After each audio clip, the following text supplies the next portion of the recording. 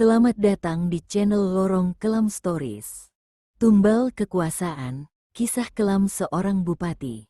Kekuasaan bagaikan air yang mengalir di sungai keruh. Tampak tenang di permukaan namun menyimpan pusaran maut di kedalamannya. Kabupaten Sukmawijaya, sebuah daerah yang terletak di kaki gunung dengan panorama alam yang memesona mata dan kekayaan sumber daya yang menjanjikan kesejahteraan. Namun, di balik keindahan alamnya, tersimpan kisah kelam yang mengalir bersama darah dan air mata. Jalanan desa Sukmawijaya masih berbatu dan berlubang, seperti nasib penduduknya yang penuh terjal dan kerikil kehidupan. Di sebuah rumah sederhana dengan dinding yang mulai mengelupas, Heru Wijanarko duduk termenung. Lampu minyak bergoyang pelan, menciptakan bayangan-bayangan yang menari di dinding, seolah mengejek mimpinya yang terlampau tinggi untuk ukuran seorang anak desa yang hanya tamat SMA. "Kau terlalu bermimpi, Ru," ucap Kartika, istrinya yang sedang menimang Dani, putra sematawayang mereka yang baru berusia 5 tahun. Menjadi bupati bukanlah perkara mudah. Butuh uang bermiliar-miliar, belum lagi koneksi politik yang kita sama sekali tidak punya. Heru memandang keluar jendela, ke arah bulan purnama yang digantung di langit malam bagai koin perak raksasa. Matanya menyiratkan keteguhan yang tak tergoyahkan, ibarat batu karang yang tetap berdiri kokoh meski diterjang ombak kehidupan yang bergelora. "Kita selalu hidup dalam kekurangan, Tika. Aku lelah melihatmu harus menghemat uang belanja. Lelah melihat Dani tidak bisa mendapatkan mainan seperti anak-anak lain," suaranya terdengar getir. "Kekuasaan adalah jalan pintas menuju kemakmuran." Kartika hanya terdiam. Hatinya mencelos mendengar nada putus asa dalam suara suaminya, suami yang selama ini dikenalnya sebagai pribadi yang jujur dan pekerja keras. Namun kemiskinan yang mencengkeram leher mereka bagaikan ular berbisa telah mengubah pria yang dicintainya. Malam itu, setelah Kartika dan Dani terlelap, Heru menyelinap keluar rumah. Langkahnya mantap menyusuri jalan setapak menuju Bukit Petilasan, tempat yang selama ini dihindari oleh warga desa karena dianggap angker. Konon, di sanalah arwah para leluhur yang haus kekuasaan berkeliaran, mencari orang-orang yang rela menukar jiwa dengan tahta. Di bawah rindangnya pohon beringin tua yang daunnya berdesir seperti bisikan iblis, Heru bertemu dengan Ki Seto, dukun sakti yang namanya hanya dibisikkan dengan suara lirih oleh warga desa. Jubah hitamnya melambai tertiup angin malam. Matanya yang merah menyala bagaikan bara api neraka menatap tajam ke arah Heru. "Aku tahu apa yang kau cari, anak muda," suara Ki Seto terdengar serak dan dalam, bagai gema dari gua yang tak berdasar. "Kekuasaan dan kekayaan. Tapi tahukah kau bahwa semua itu ada harganya?" Heru menelan ludah. Keringat dingin mengalir di punggungnya seperti aliran sungai kecil yang membawa firasat buruk. Namun tekadnya sudah bulat, seperti bulan purnama yang menerangi pertemuan terlarang mereka.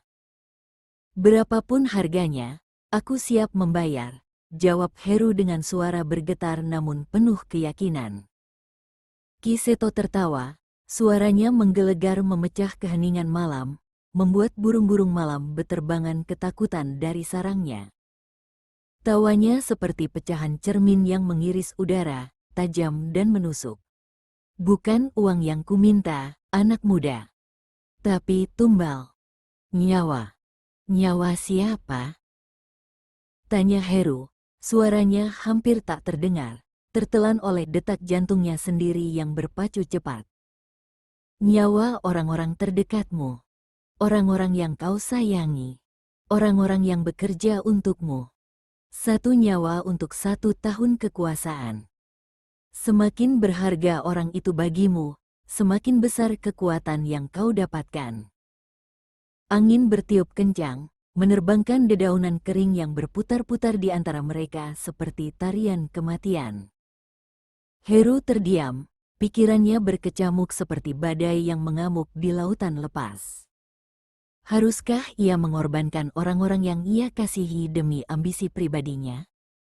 Jika kau ragu, pulanglah, Kiseto berkata lagi. Suaranya kini lebih lembut namun syarat akan godaan, bagai madu beracun yang manis di lidah namun mematikan. Terimalah takdirmu sebagai orang biasa. Hidup dalam kekurangan. Mati dalam ketidakberdayaan. Bayangan wajah Kartika dan Dani melintas di benak Heru.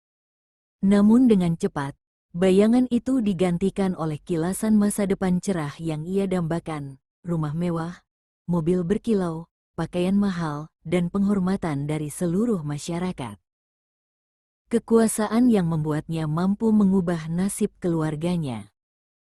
Aku bersedia, ucap Heru akhirnya, suaranya kini penuh kepastian, seolah lidahnya telah dikuasai oleh iblis ambisi yang menari-nari dalam jiwanya yang gersang. Kiseto tersenyum puas, memperlihatkan giginya yang hitam dan beberapa sudah tanggal. Ia mengeluarkan sebilah keris kecil dengan ukiran naga yang matanya terbuat dari batu merah delima. Ini keris naga puspa. Simpanlah baik-baik. Setiap kali kau perlu menumbalkan seseorang, cukup pikirkan nama mereka sambil menggenggam keris ini saat bulan purnama.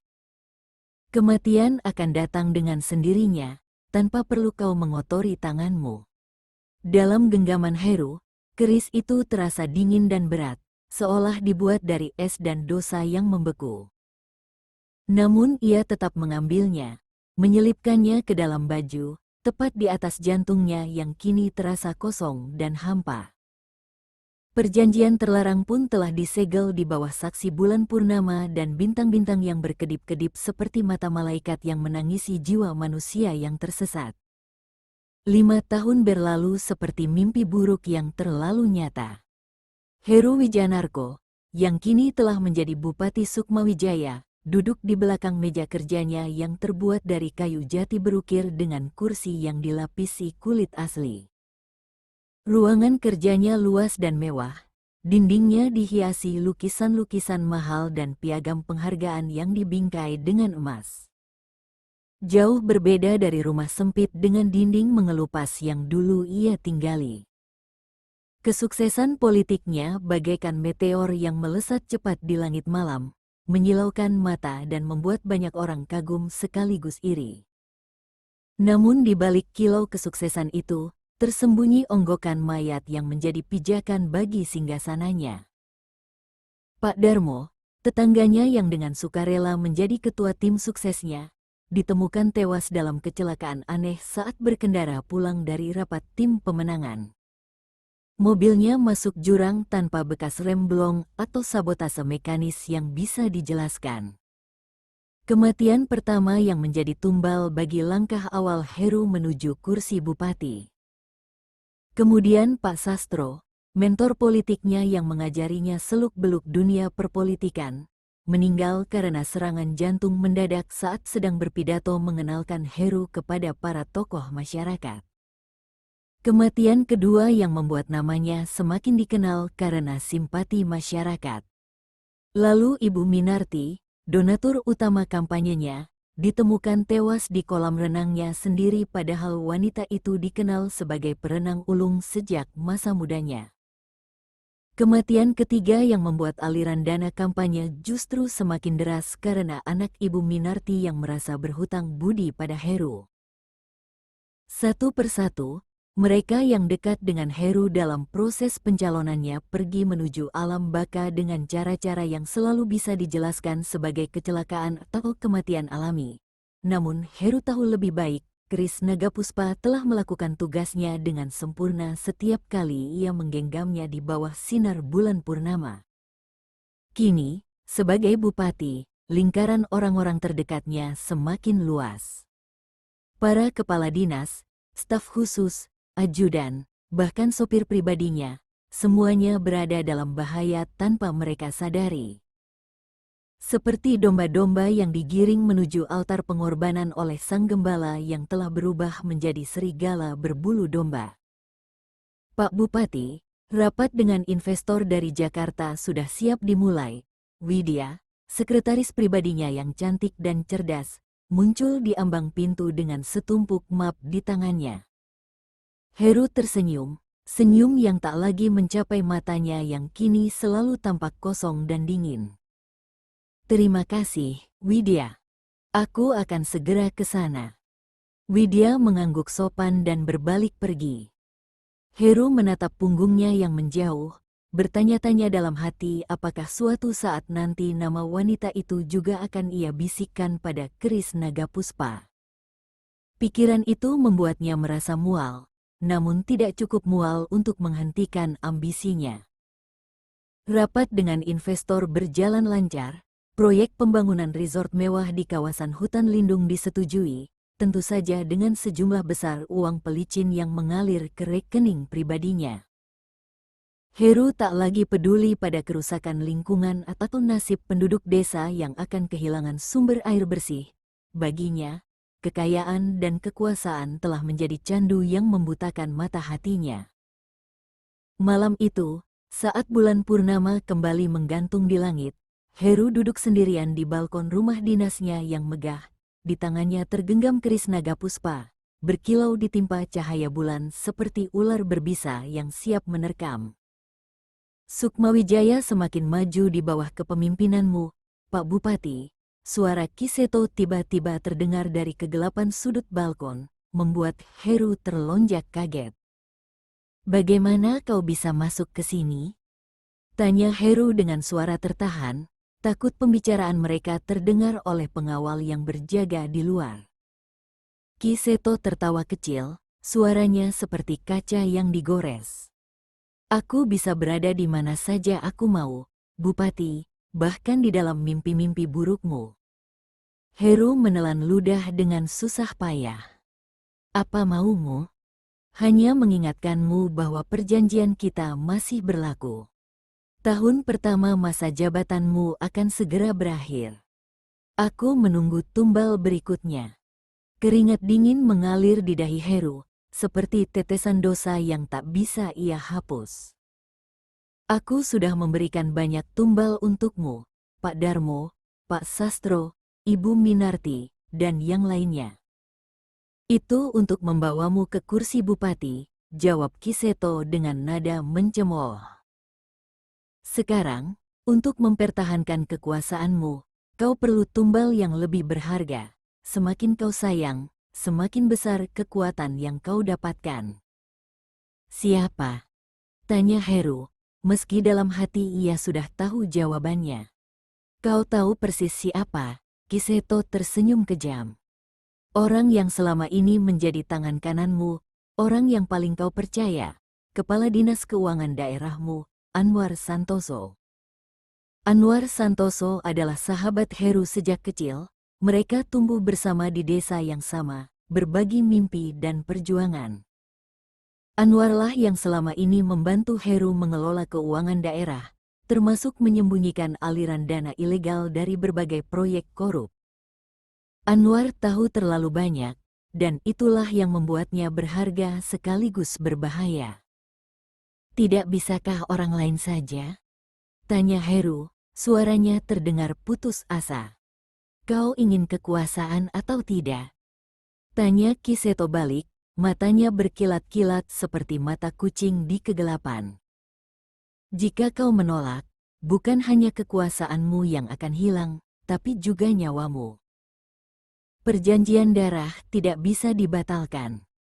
Kiseto kemudian menghilang secepat kemunculannya, meninggalkan Heru sendirian dengan perang batin yang berkecamuk di dalam dirinya. Keris naga puspa di tangannya terasa semakin berat, seolah bertambah berat dengan setiap dosa yang ia lakukan. Keesokan harinya, Heru memanggil Anwar ke ruang kerjanya.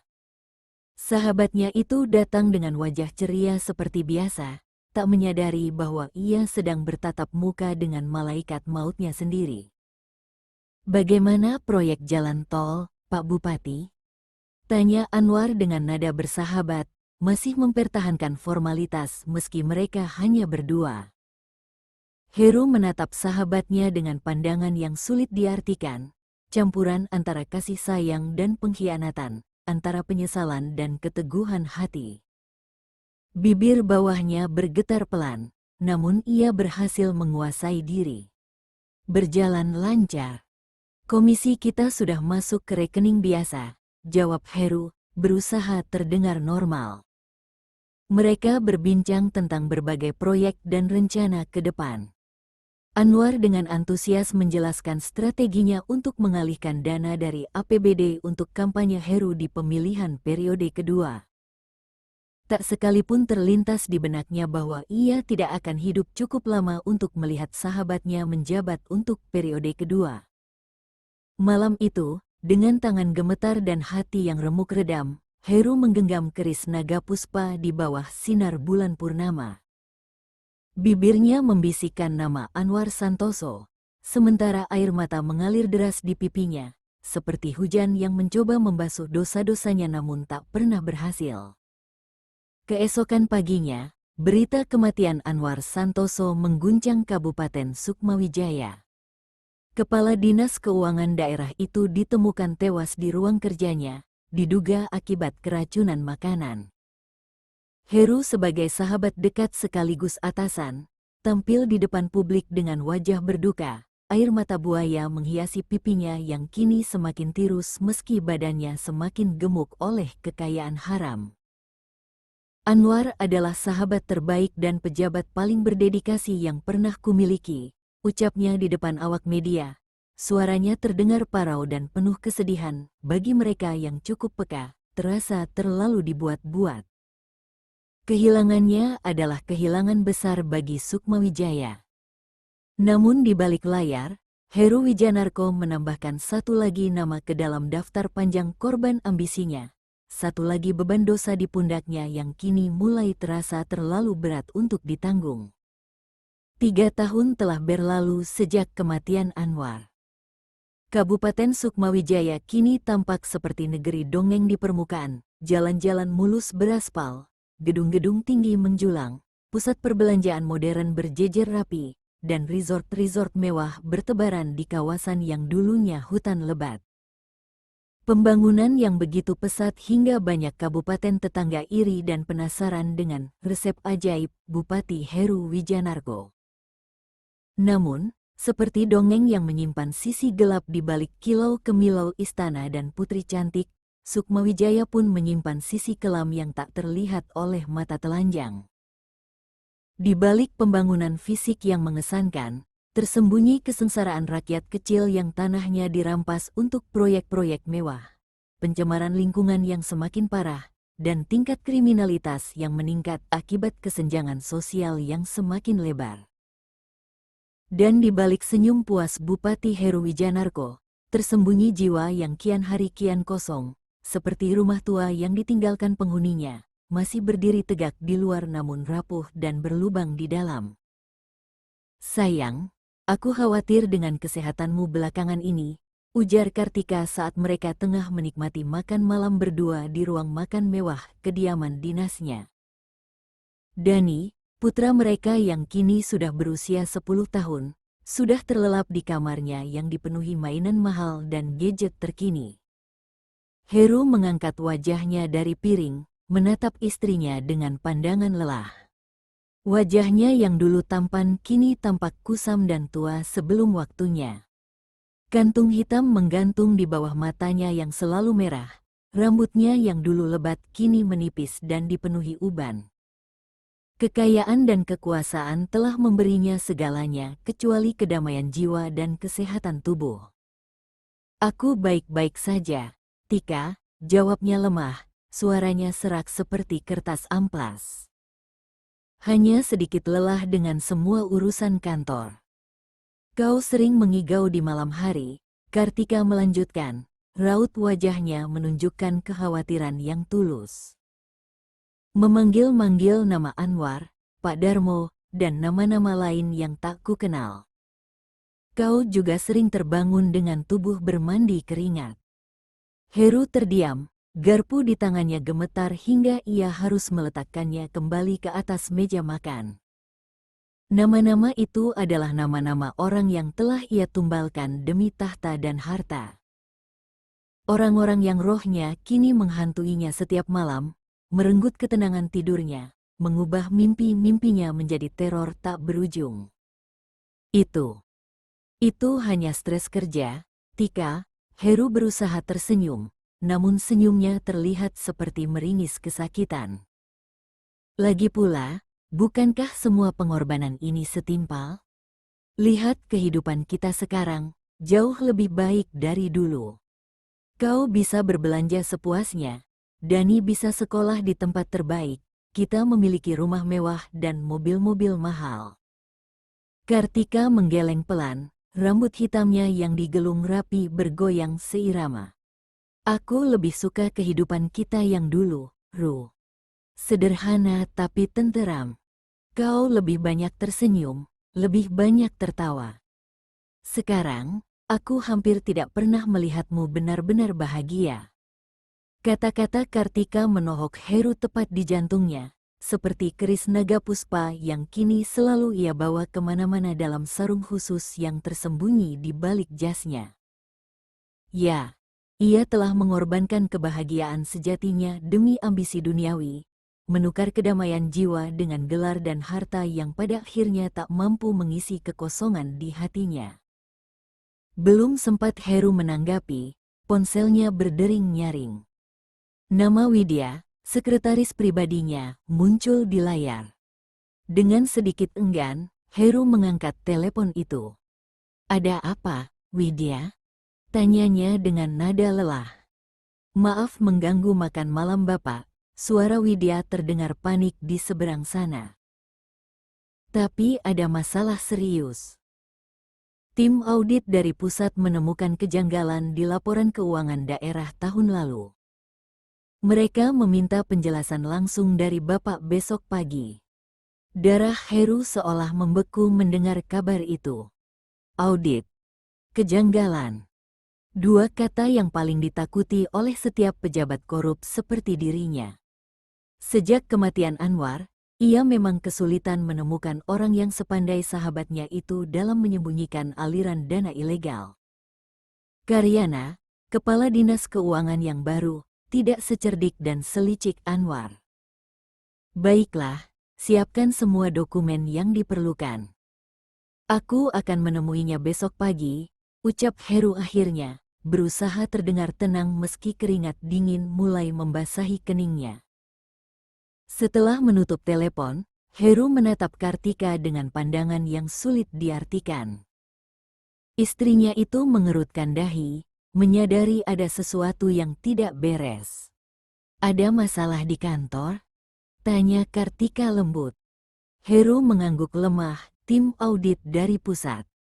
"Mereka menemukan sesuatu." Kartika terdiam sejenak, lalu bertanya dengan suara pelan, nyaris berbisik, "Seberapa buruk?" "Sangat buruk," jawab Heru jujur. Sekian tahun pernikahannya dengan Kartika telah membuatnya sulit berbohong pada wanita itu, setidaknya untuk hal-hal yang tidak menyangkut perjanjian terlarangnya.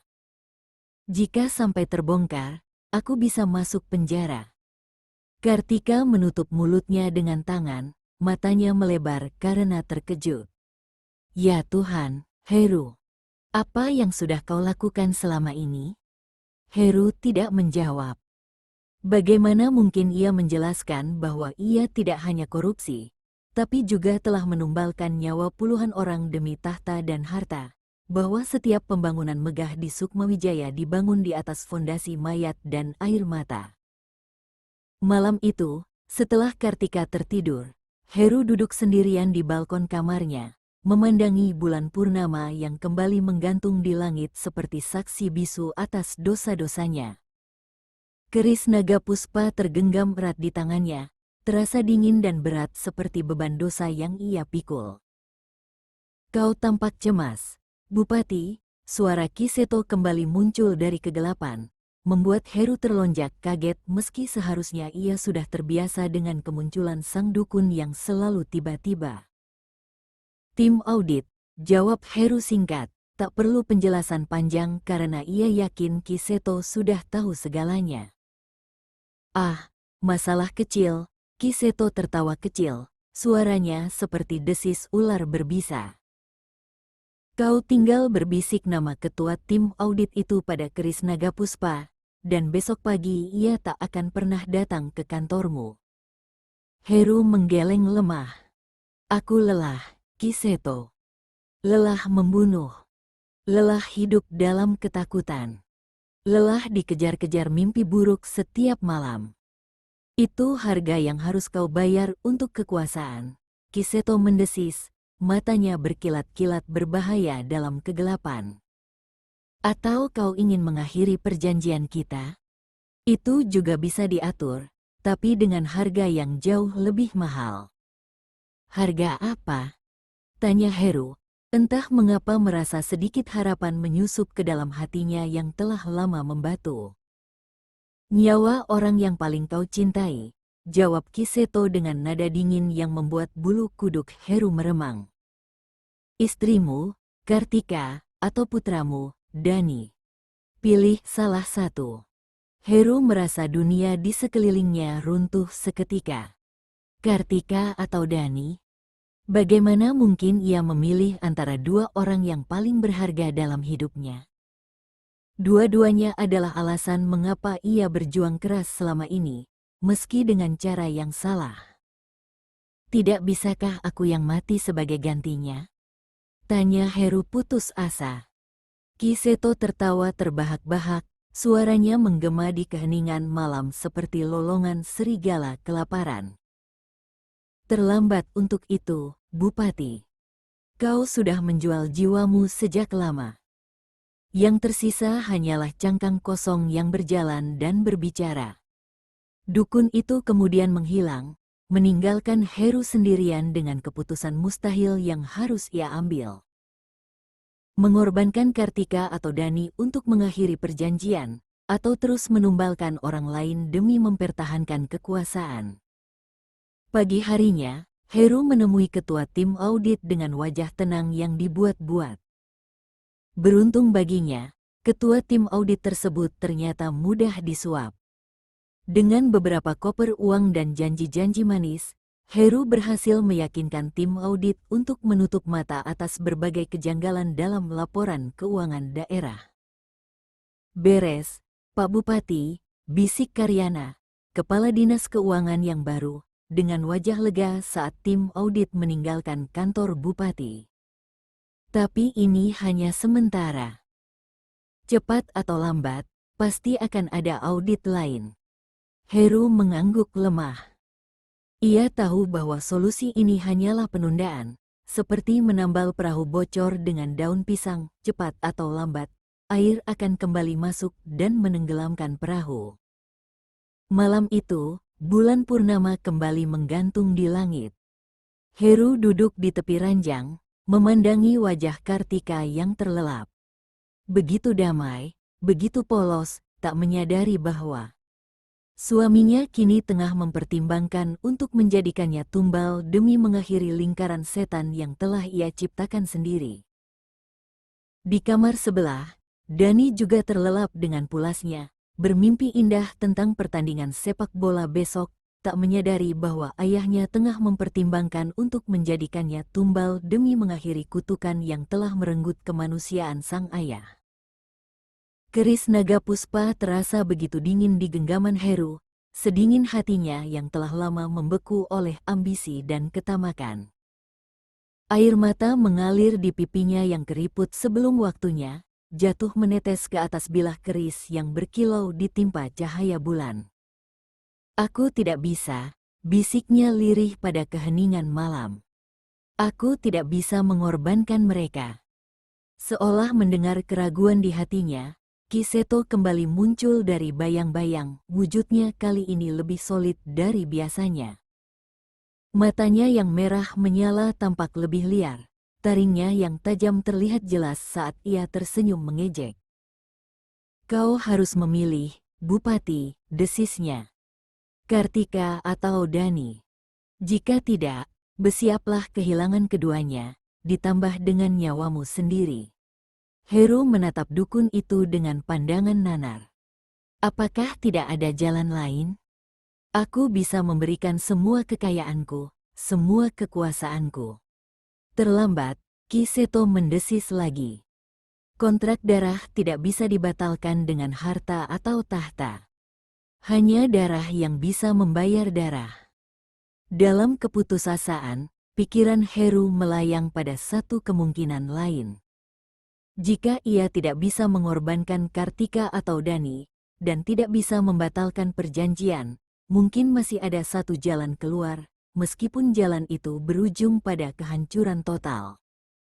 Bagaimana jika aku mengorbankan semua orang? Tanya Heru tiba-tiba.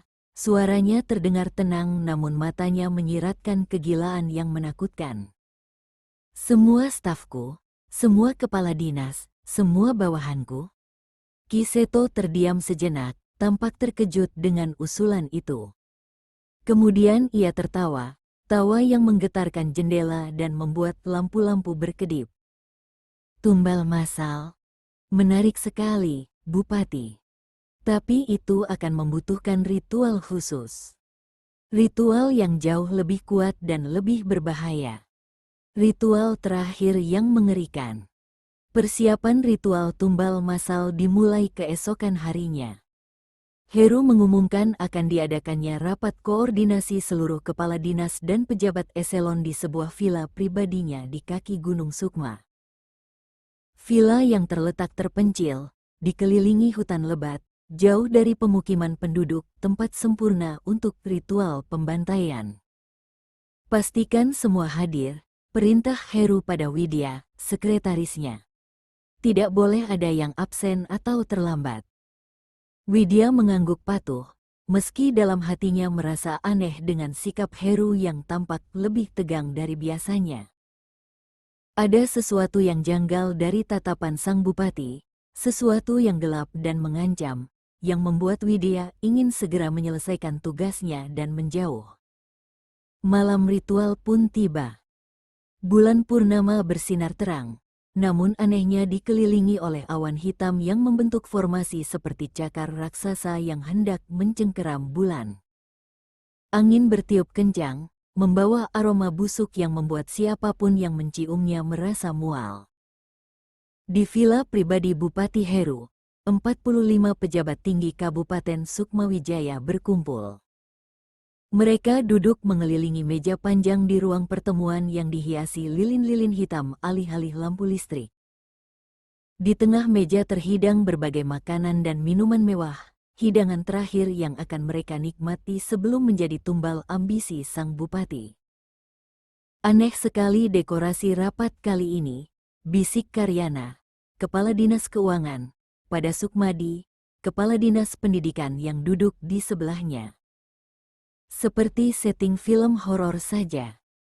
Sukmadi mengangguk setuju, matanya menyapu ruangan dengan tatapan was-was. Dan di mana Pak Bupati? Sudah hampir 1 jam kita menunggu. Seolah menjawab pertanyaan itu, pintu ruang pertemuan terbuka perlahan dengan suara berderit mengerikan. Heru Wijanarko melangkah masuk, mengenakan jubah hitam alih-alih setelan jas resmi yang biasa ia kenakan. Wajahnya pucat pasi, matanya merah dan berkantung hitam, rambutnya acak-acakan seperti sarang burung. Selamat malam, rekan-rekan seperjuangan, sapa Heru dengan suara yang terdengar aneh, serak dan dalam seperti bukan suaranya sendiri. Terima kasih telah hadir dalam rapat spesial ini. Para pejabat saling bertukar pandang bingung. Ada yang mulai merasa tidak nyaman, ada yang mulai curiga, namun tidak ada yang berani bertanya atau pergi. Kekuasaan Heru telah membuat mereka takut dan patuh seperti budak. Mari kita mulai rapat ini dengan doa khusus. Heru tersenyum aneh, senyum yang tidak mencapai matanya yang kini sepenuhnya merah seperti darah. Tanpa menunggu reaksi para hadirin, Heru mengeluarkan keris naga puspa yang kini berkilau dengan cahaya merah menyala, tidak lagi biru dingin seperti biasanya. Ia mengangkat keris itu. Tinggi-tinggi, Mulutnya komat kamit membaca mantra dalam bahasa kuno yang tidak dimengerti oleh siapapun di ruangan itu. "Pak Bupati, apa yang Anda lakukan?" Widya, yang juga hadir dalam rapat itu, bertanya dengan suara gemetar. Instingnya mengatakan ada sesuatu yang sangat salah, sesuatu yang sangat berbahaya sedang terjadi. Heru tidak menjawab. Matanya kini sepenuhnya hitam, seperti lubang tanpa dasar yang menelan semua cahaya. Suaranya semakin keras membaca mantra, sementara keris di tangannya bergetar hebat, mengeluarkan cahaya merah yang semakin terang hingga menyakitkan mata. Tiba-tiba, pintu dan jendela villa tertutup dan terkunci dengan sendirinya. Lampu-lampu padam, hanya lilin-lilin hitam yang tetap menyala, semakin besar dan liar seperti hendak membakar seluruh ruangan. Angin kencang berputar di dalam ruangan, meniup kertas-kertas dan mengacak-acak rambut semua orang. "Tolong!" teriak salah seorang pejabat, berlari ke arah pintu dan mencoba membukanya dengan panik. Namun pintu itu seolah terbuat dari baja, tak bergeming sedikit pun. Sementara itu, Heru terus membaca mantra, tubuhnya kini melayang beberapa senti di atas lantai. Keris naga puspa di tangannya mengeluarkan suara mendesis seperti ribuan ular berbisa, bilahnya memanjang dan bergerak-gerak seperti lidah ular yang menjilat-jilat udara, haus akan darah. "Terimalah persembahan ini, Kanjeng Ratu Pantai Selatan," teriak Heru dengan suara yang bukan lagi suaranya, melainkan suara Ki Seto yang berbaur dengan suara-suara lain, suara dari dunia lain yang gelap dan penuh kebencian. 45 nyawa untuk kekuatan abadi. Seketika itu juga, kekacauan melanda ruangan. Keris naga puspa melesat dengan kecepatan tinggi, menembus dada Karyana yang berdiri paling dekat dengan Heru. Darah menyembur dari dadanya, namun alih-alih jatuh ke lantai, darah itu tertarik ke arah keris seperti magnet, membentuk spiral merah yang berputar-putar di udara. Kemudian keris itu melesat lagi, menembus dada Sukmadi, lalu pejabat berikutnya, dan berikutnya lagi. Satu persatu, para pejabat Kabupaten Sukmawijaya tumbang dengan lubang menganga di dada mereka. Darah mereka membentuk spiral-spiral merah yang semakin besar dan berputar semakin cepat di udara ruangan. Jeritan-jeritan ketakutan dan kesakitan memenuhi villa, berpadu dengan tawa mengerikan Heru yang kini sepenuhnya dikuasai oleh kekuatan jahat yang telah ia pelihara selama bertahun-tahun. Matanya yang hitam pekat memancarkan kekejaman yang tak lagi manusiawi, bibirnya yang merah oleh darah menyunggingkan senyum kepuasan melihat pembantaian yang terjadi. Dalam hitungan menit, 44 pejabat telah tewas dengan cara mengenaskan. Hanya tersisa Widya, sekretaris pribadi Heru, yang meringkuk ketakutan di sudut ruangan, tubuhnya gemetar hebat menyaksikan kengerian yang baru saja terjadi. Pak Bupati," isak Widya di antara tangisnya. Kenapa Anda melakukan ini?" Heru menoleh ke arahnya, keris naga puspa masih melayang-layang di dekatnya. Berlumuran darah yang menetes-netes ke lantai membentuk simbol-simbol aneh. Matanya kembali normal sejenak, menyiratkan kesedihan dan penyesalan yang mendalam. "Maafkan aku, Widya," bisiknya lirih. "Ini satu-satunya cara untuk melindungi keluargaku." Sebelum Widya sempat berkata apa-apa lagi, keris naga puspa melesat cepat, menembus dadanya dengan brutal. Jeritan terakhir wanita malang itu menggema di ruangan, berpadu dengan tawa mengerikan Ki Seto yang tiba-tiba muncul di samping Heru. "Sempurna," seru Ki Seto, matanya yang merah menyala memancarkan kepuasan melihat pembantaian yang baru saja terjadi. "Ritual tumbal massal berhasil dengan sempurna. Kau akan mendapatkan kekuatan yang jauh lebih besar dari sebelumnya, Bupati." Heru menatap kosong pada mayat-mayat yang bergelimpangan di lantai. Darah mereka kini membentuk simbol-simbol gaib yang bercahaya merah. Perasaan mual dan jijik menyelimuti dirinya, namun tak cukup kuat untuk melawan euforia mengerikan yang kini memenuhi pembuluh darahnya, seperti racun yang memabukkan. Jadi, perjanjian kita berakhir? Tanya Heru dengan suara lemah. Kartika dan Dani aman? Kiseto tertawa, tawa yang membuat bulu kuduk Heru meremang meski ia telah melihat kengerian yang jauh lebih buruk. Tentu saja tidak, Bupati bodoh. Perjanjian kita tidak akan pernah berakhir. Kau adalah milikku, selamanya.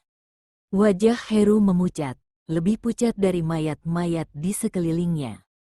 Tapi kau bilang, aku bilang tumbal masal akan memberimu kekuatan lebih besar.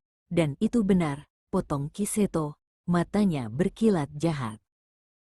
Tapi tidak pernah kukatakan bahwa itu akan mengakhiri perjanjian kita. Sekarang, setelah ritual ini, kau terikat padaku lebih kuat dari sebelumnya.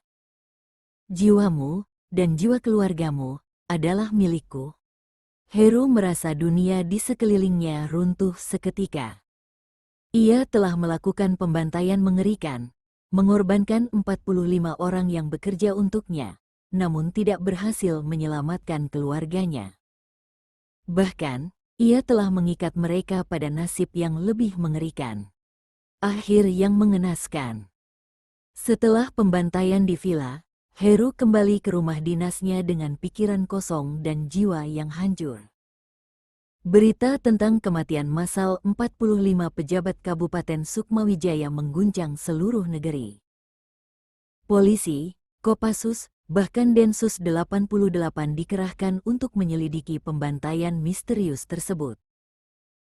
Villa pribadi Bupati Heru Wijanarko ditemukan dalam kondisi mengenaskan, lantai dan dinding berlumuran darah, mayat-mayat bergelimpangan dengan lubang di dada, simbol-simbol aneh terukir di lantai dengan darah. Namun anehnya, tidak ada tanda-tanda pelaku atau motif yang jelas. Semua kamera pengawas mati, semua saksi potensial tewas, dan semua jejak digital terhapus. Sementara itu, Heru Wijanarko menjadi sosok yang berbeda. Matanya yang dulu tajam dan penuh ambisi kini kosong dan hampa. Tubuhnya yang dulu tegap kini bungkuk dan ringkih, seolah menopang beban yang terlalu berat. Bicaranya yang dulu lantang kini pelan dan terbata-bata. Namun anehnya, kekuasaannya semakin tak tergoyahkan. Segala upaya untuk menjatuhkannya, entah melalui jalur hukum, politik, atau bahkan kudeta, selalu berakhir dengan kegagalan misterius. Para penentangnya sering ditemukan tewas dalam kecelakaan aneh atau bunuh diri yang mencurigakan. Sementara pendukungnya, meski ketakutan dan ragu, tetap setia demi keselamatan diri dan keluarga mereka. Kau tampak menyedihkan, Bupati, ejek Kiseto suatu malam, saat ia kembali muncul di kamar Heru yang kini selalu gelap karena sang bupati tak lagi tahan dengan cahaya. Bukankah kau mendapatkan semua yang kau inginkan? Kekuasaan, kekayaan, keabadian? Heru menatap dukun itu dengan pandangan kosong. Aku kehilangan segalanya. Jiwaku, kemanusiaanku, bahkan keluargaku. Ya, meski Kartika dan Dani masih hidup dan tinggal bersamanya, mereka bukan lagi keluarga yang dulu ia kenal. Kartika kini selalu ketakutan di dekatnya. Matanya menyiratkan kengerian setiap kali menatap suaminya yang telah berubah menjadi monster. Sementara Dani, putranya yang dulu ceria, kini pendiam dan dingin, seperti kehilangan semangat hidup. Kiseto tertawa mendengar keluhan Heru. Itulah harga kekuasaan, Bupati. Tidak ada yang gratis di dunia ini. Aku ingin mengakhirinya, bisik Heru putus asa. Aku ingin mati. Kau tidak bisa mati, jawab Kiseto kejam. Atau lebih tepatnya, kau tidak akan bisa beristirahat meski tubuhmu mati. Jiwamu terikat pada keris naga puspa selamanya.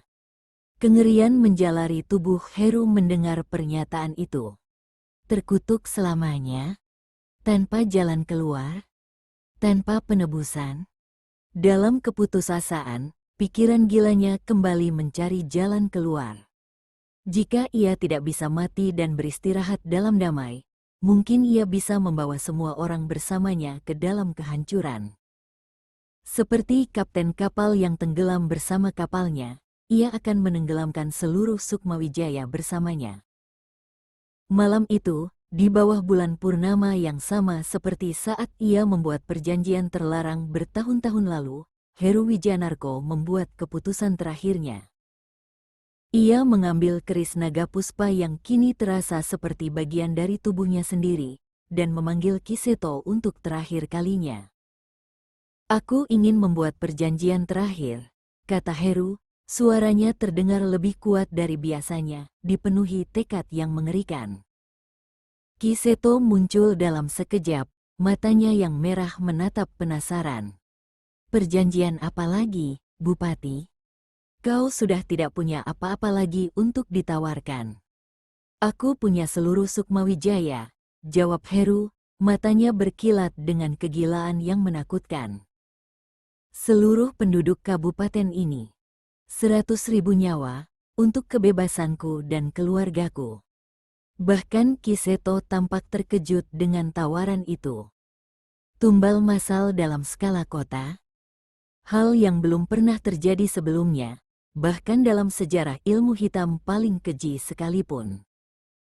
Kau benar-benar sudah kehilangan kemanusiaanmu, Bupati, Kiseto tertawa, campuran antara kagum dan jijik. Tapi aku suka itu. Baiklah, kita lakukan ritual terakhir, ritual terbesar sepanjang sejarah. Ritual dimulai tengah malam. Heru Wijanarko berdiri di puncak menara air kota, tempat tertinggi di Sukmawijaya. Di tangannya tergenggam keris naga puspa yang kini berubah menjadi sebilah pedang panjang berkilau merah, berdenyut-denyut seperti jantung makhluk hidup.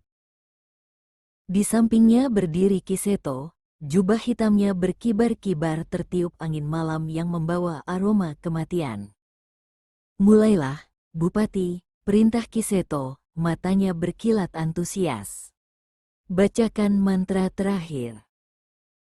Heru mengangkat pedang naga puspa tinggi-tinggi, mulutnya mulai membaca mantra dalam bahasa kuno yang kini ia kuasai sepenuhnya.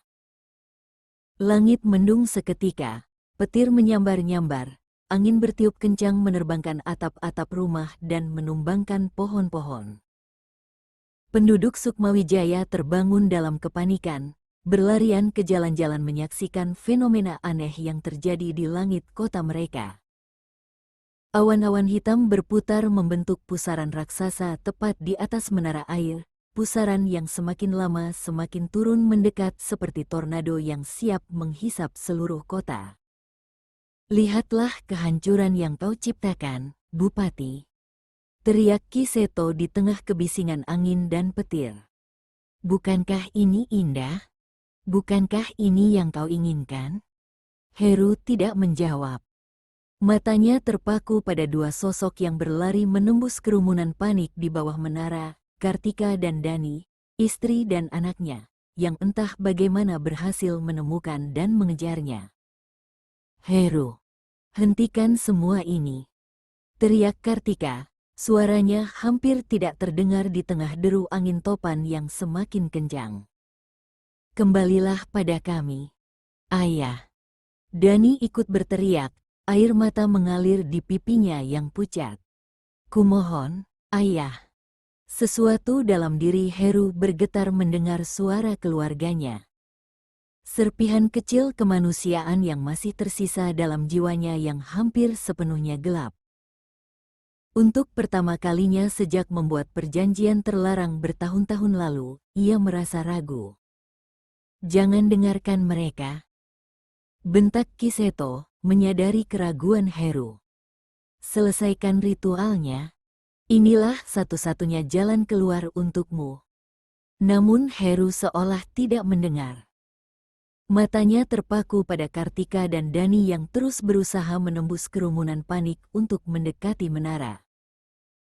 Dalam benaknya berkelebat kenangan-kenangan indah bersama keluarganya, tawa Dani saat pertama kali belajar bersepeda, senyum Kartika saat mereka menikah dulu, kehangatan rumah sederhana mereka sebelum ambisi meracuni segalanya.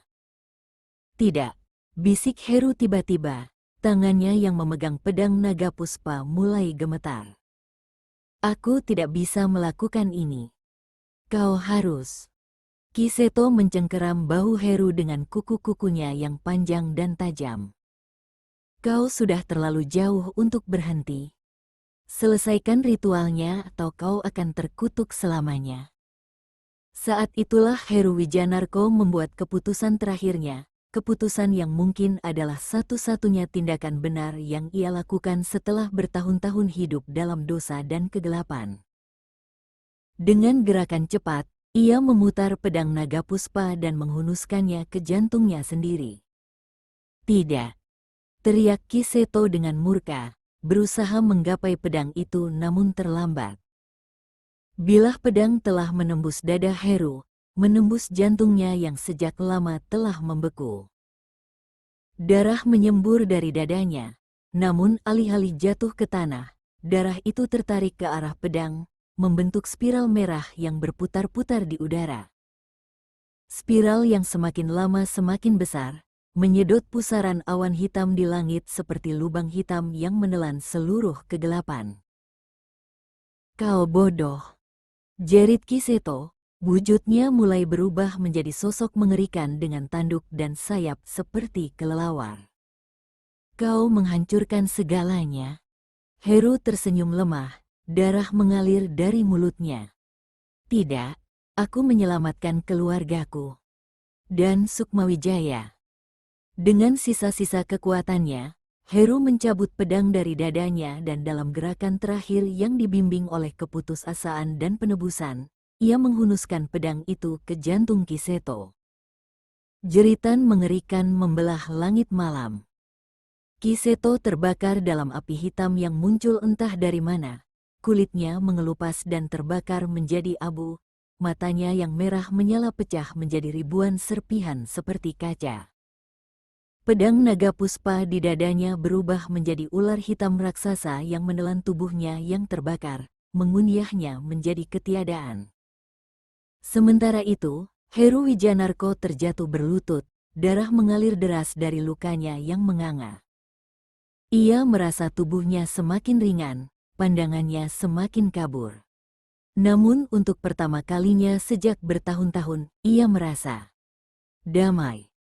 Pusaran awan hitam di langit mulai bubar, angin topan mereda, petir-petir berhenti menyambar.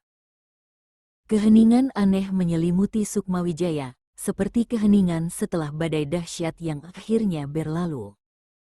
Heru. Kartika berhasil mencapai puncak menara, berlari ke arah suaminya yang sekarat. Dani mengikuti di belakangnya, air mata mengalir deras di pipinya. Heru menoleh lemah, tersenyum melihat keluarganya untuk terakhir kali. Maafkan aku. Untuk segalanya, bisiknya terbata-bata. Aku mencintai kalian. Bertahanlah, Ru, isak Kartika, memeluk tubuh suaminya yang berlumuran darah. Ambulans akan segera datang. Kau akan baik-baik saja. Tapi Heru tahu ia tidak akan baik-baik saja. Ia juga tahu bahwa ia tidak pantas untuk baik-baik saja, tidak setelah semua yang telah ia lakukan. Dosa-dosanya terlalu berat untuk ditebus, tumbal-tumbal yang telah ia persembahkan terlalu banyak untuk dimaafkan. Jadilah orang baik, Dani, bisik Heru pada putranya yang terisak-isak. Jangan seperti ayahmu. Dengan kata-kata terakhir itu, Heru Wijanarko menghembuskan napas terakhirnya dalam pelukan istri dan anaknya. Tubuhnya yang selama bertahun-tahun telah menjadi cangkang kosong bagi jiwa yang telah terjual, akhirnya berhenti berfungsi sepenuhnya. Saat itu juga, Pedang naga puspa yang tertancap di tanah dekat mayat Heru berubah kembali menjadi keris kecil, lalu retak dan hancur menjadi debu yang tertiup angin malam. Sukmawijaya perlahan-lahan pulih dari mimpi buruk yang diciptakan oleh ambisi seorang manusia. Kematian Bupati Heru Wijanarko menjadi misteri yang tak pernah terpecahkan. Bagaimana seorang bupati bisa tewas tertusuk keris kuno di puncak menara air di tengah badai aneh yang menghantam kota?